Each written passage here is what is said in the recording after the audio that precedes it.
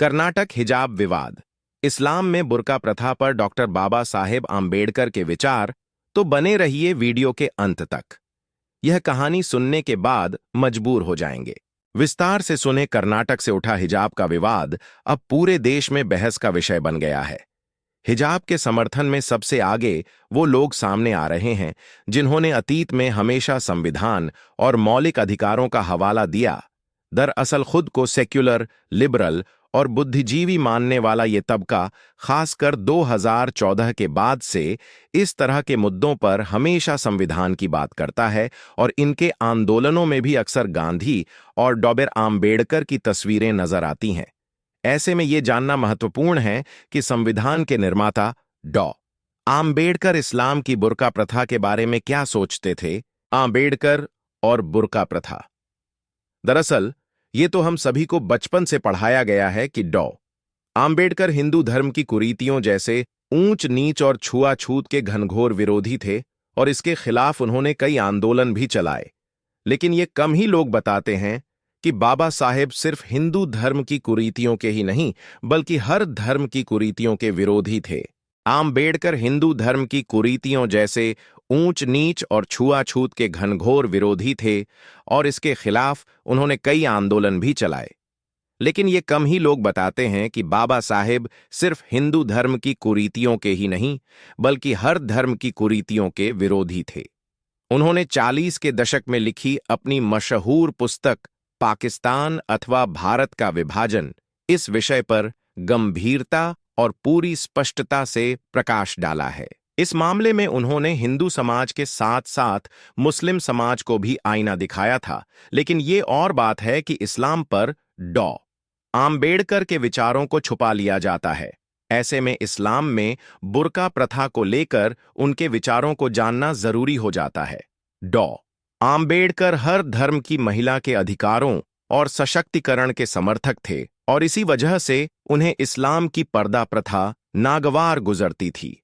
उन्होंने 40 के दशक में लिखी अपनी मशहूर पुस्तक पाकिस्तान अथवा भारत का विभाजन में इस विषय पर गंभीरता और पूरी स्पष्टता से प्रकाश डाला है। पुस्तक के 10वें अध्याय के पेज नंबर 231 पर वो लिखते हैं, पर्दा प्रथा की वजह से मुस्लिम महिलाएं अन्य जातियों की महिलाओं से पिछड़ जाती हैं। वो किसी भी तरह की बाहरी गतिविधियों में भाग नहीं ले पाती हैं, जिसके चलते उनमें एक प्रकार की दासता और हीनता की मनोवृत्ति बनी रहती है। उनमें ज्ञान प्राप्ति की इच्छा भी नहीं रहती क्योंकि उन्हें यही सिखाया जाता है कि वो घर की चार दीवारी के बाहर वे अन्य किसी बात में रुचि न लें। पर्दे वाली महिलाएं प्राय डरपोक, निस्सहाय, शर्मीली और जीवन में किसी भी प्रकार का संघर्ष करने के अयोग्य हो जाती हैं। भारत में पर्दा करने वाली महिलाओं की विशाल संख्या को देखते हुए कोई भी आसानी से ये समझ सकता है कि पर्दे की समस्या कितनी व्यापक और गंभीर है। डॉ. आम्बेडकर समाज का गहरा अध्ययन करते थे और उसके बाद ही अपनी बात कहते थे। उनके मुताबिक बुर्के या पर्दा प्रथा का असर सिर्फ महिलाओं पर ही नहीं पड़ता बल्कि इसका गलत असर पुरुषों की मानसिकता पर भी पड़ता है। इस बारे में उन्होंने जो लिखा है वो कुछ लोगों की आंखें खोल देने के लिए काफी है। अपनी किताब के पेज नंबर 231 पर ही वो आगे लिखते हैं कि पर्दा प्रथा ने मुस्लिम पुरुषों की नैतिकता पर विपरीत प्रभाव डाला है। पर्दा प्रथा के कारण कोई मुसलमान अपने घर परिवार से बाहर की महिलाओं से कोई परिचय नहीं कर पाता। घर की महिलाओं से भी उसका संपर्क यदाकदा बातचीत तक ही सीमित रहता है। बच्चों और वृद्धों के अलावा पुरुष अन्य महिलाओं से हिल मिल नहीं सकता, अपने अंतरंग साथी से भी नहीं मिल पाता। महिलाओं से पुरुषों की ये पृथकता निश्चित रूप से पुरुष के नैतिक बल पर विकृत प्रभाव डालती है। ये कहने के लिए किसी मनोवैज्ञानिक विश्लेषण की आवश्यकता नहीं कि ऐसी सामाजिक प्रणाली से जो पुरुषों और महिलाओं के बीच के संपर्क को काट दे, उससे यौनाचार के प्रति ऐसी अस्वस्थ प्रवृत्ति का सृजन होता है जो अप्राकृतिक और अन्य गंदी आदतों और साधनों को अपनाने के लिए प्रेरित करती है। पर्दा प्रथा के कारण मुस्लिम महिलाओं का मानसिक और नैतिक विकास भी नहीं हो पाता। स्वस्थ सामाजिक जीवन से वंचित रहने से उनमें गलत प्रवृत्ति आ जाती है। बाहरी दुनिया से बिल्कुल अलग थलग रहने के कारण उनका ध्यान तुच्छ पारिवारिक झगड़ों में ही उलझा रहता है। इसका परिणाम संकीर्ण सोच और संकुचित दृष्टिकोण के रूप में सामने आता है। डॉक्टर आंबेडकर हमेशा अपनी बात बिना लाग लपेट के कहते थे। इसीलिए वो मुस्लिम और हिंदू दोनों समुदायों के अंदर मौजूद पर्दा प्रथा का विरोध करते थे। लेकिन बाबा साहेब के मुताबिक हिंदुओं की पर्दा प्रथा और मुस्लिम समाज की बुर्का प्रथा में एक अंतर था। ऐसा नहीं है कि पर्दा और ऐसी ही अन्य बुराइयां देश के कुछ भागों में हिंदुओं के कई वर्गों में प्रचलित नहीं है, परंतु अंतर केवल यही है कि मुसलमानों में पर्दा प्रथा को एक धार्मिक आधार पर मान्यता दी गई है, लेकिन हिंदुओं में ऐसा नहीं है। हिंदुओं की तुलना में मुसलमानों में पर्दा प्रथा की जड़ें गहरी हैं। मुसलमानों में पर्दा प्रथा एक वास्तविक समस्या है और जबकि हिंदुओं में ऐसा नहीं है।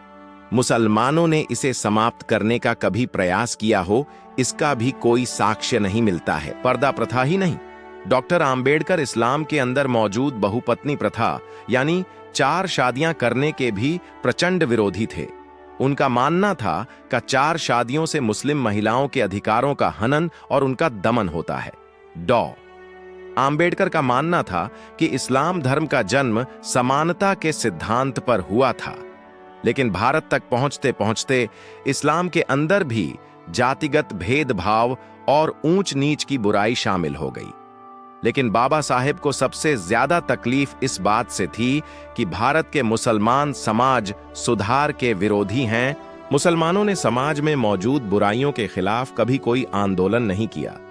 हिंदुओं में भी सामाजिक बुराइयां मौजूद हैं, लेकिन अच्छी बात यह है कि वो अपनी इस गलती को मानते हैं और उसके खिलाफ आंदोलन भी चला रहे हैं।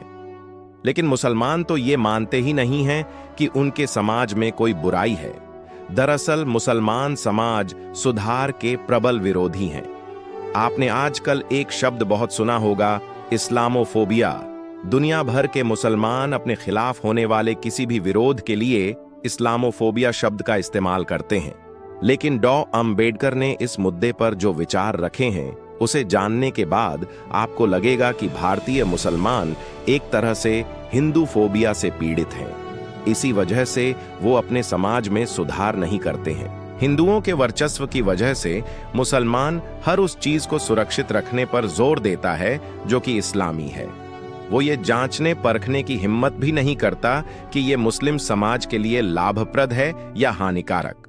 भारतीय मुसलमान ये महसूस करता है कि दमन और राजनैतिक दबाव उसे दलित बना देगा।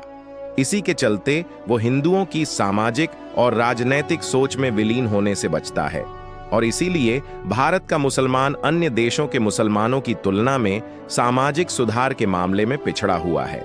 चुनावी सीटों और पदों के लिए लगातार संघर्ष में मुसलमानों की ज्यादातर ऊर्जा नष्ट हो जाती है और उनके पास अपने सामाजिक सुधार के बारे में सोचने का समय नहीं बचता है और बाकी का समय सांप्रदायिक तनाव की भेंट चढ़ जाता है। हिंदुओं के हावी होने के डर से मुसलमान एकजुट होकर अपनी सामाजिक धार्मिक एकता को हर कीमत पर बचाए रखना चाहते हैं। एक बार फिर ध्यान दीजिए और बाबा साहेब की इन 75 साल पुरानी बातों को ताजा हिजाब के विवाद से जोड़कर देखिए, सारा मामला साफ हो जाएगा। उन्होंने यहां 3 महत्वपूर्ण बात कही हैं। पहली ये कि हिंदुओं के वर्चस्व की वजह से मुसलमान हर उस चीज को सुरक्षित रखने पर जोर देता है जो कि इस्लामी है। दूसरी ये कि वो ये जांचने परखने की हिम्मत भी नहीं करता कि ये सब मुस्लिम समाज के लिए लाभप्रद है या हानिकारक। तीसरी और सबसे महत्वपूर्ण बात, और इसीलिए भारत का मुसलमान अन्य देशों के मुसलमानों की तुलना में सामाजिक सुधार के मामले में पिछड़ा हुआ है।